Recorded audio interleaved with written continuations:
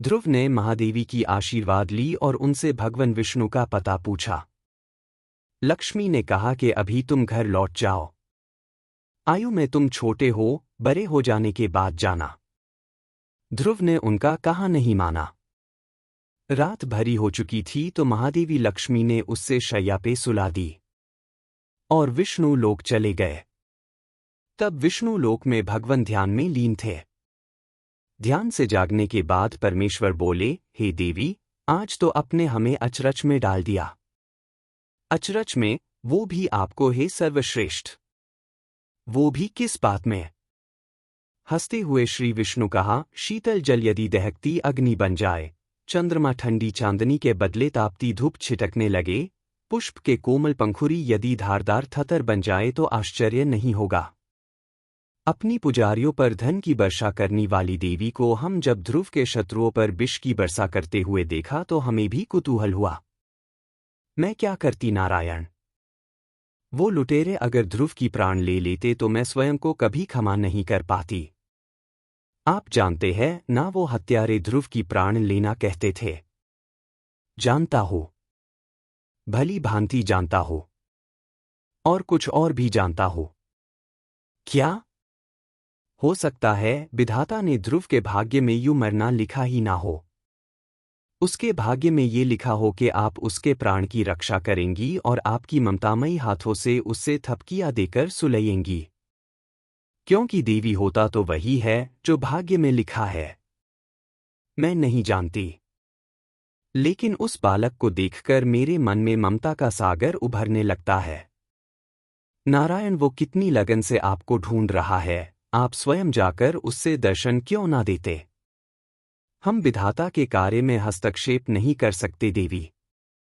ध्रुव को वो सब मिलेगा जो उसके भाग्य में लिखा है। आपका लाडला अभी जागने वाला होगा, धरती पे भोर होने वाली है। भोर होते देखकर मेरा मन कांप रहा है। क्यों देवी? किस कारण?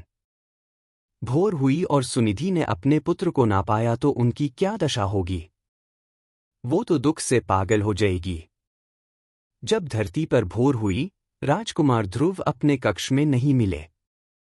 महारानी सुनिधि दुख से पागल हो गई। पूरे राज्य में राजकुमार को लोग ढूंढने लगे, पर ध्रुव मिला नहीं। फिर सुनिधि महाराज के पास गए और उनको बताया कि ध्रुव नहीं मिल रहा है। रानी सुरुचि बोले कि आपका पुत्र आपके पास था, महाराज के पास नहीं, तो महाराज को कैसे पता होगा वो कहाँ चला गया? राजभवन में यही कहीं खेल रहा होगा। रानी सुरुचि के कपटता इतनी तेज थी कि महाराज कुछ भी बोल नहीं पाए। महारानी सुनिधि रोते हुए कहा कि वो कह रहा था भगवान विष्णु से मिलने जाएगा। आपसे मिलने के बाद वो बेहद उदास हो गया था। आप अगर मेरे पुत्र को ढूंढ के ना लाए तो मैं रोते हुए अपनी जान दे दूंगी। मैं आपको कभी भी क्षमा नहीं करूंगी। बोलते बोलते महारानी सुनिधि की चेतना विलोप हो जाते है। चेतना लौट आने के बाद भी वो ध्रुव को ढूंढते रहते हैं। महाराज सहानुभूतिशील थे और उनको समझा रहे थे। परंतु एक माता के मन में क्या बीत रही है, ये तो वो माता ही जाने। वो भगवान विष्णु को मिलने का हठ कर रहा था, मुझे क्या पता था कि वो स्वयं चला जाएगा। घबराइए नहीं महारानी। अगर वो चला भी गया है तो बेहद दूर नहीं गया होगा। आप अपने कक्ष में जाइए। मैं तुरंत अपने सैनिकों को उससे ढूंढने भेजता हूं। तब महाराज पिता मनु कक्ष में प्रवेश करते हैं और बोलते हैं, सैनिकों को भेजोगे? स्वयं नहीं जाओगे अपने पुत्र को ढूंढने? पिता महाराज को देख उत्तानपाद चकित हो गए। पिताजी बोलने लगे, पर तुम कैसे जाओगे? जो स्वयं मोह में पड़े हो वो किसी को कैसे ढूंढेगा? मनु इतना क्रोधित थे कि उत्तानपाद की प्रणाम स्वीकार नहीं की। हाथ मत लगाओ मेरे चरणों को, तुम इसके योग्य नहीं हो। तुम तो इसके भी योग्य नहीं हो कि मैं तुम्हें अपना पुत्र कहकर पुकारूं। उस मनु का पुत्र जिसने आचरण का आदर्श बनाए, जिसने राजधर्म को जन्म दिया, उसकी संतान का ऐसा पतन। धिक्कार है तुम पर। जिसके नाम पर धरतीवासी स्वयं को मानव कहते हुए धन्य होते हैं। मैं तो राजकाज और परिवार का भार तुम्हारे ऊपर सौंप के संतुष्ट हुआ था, पर कदाचित ये मेरी भूल थी।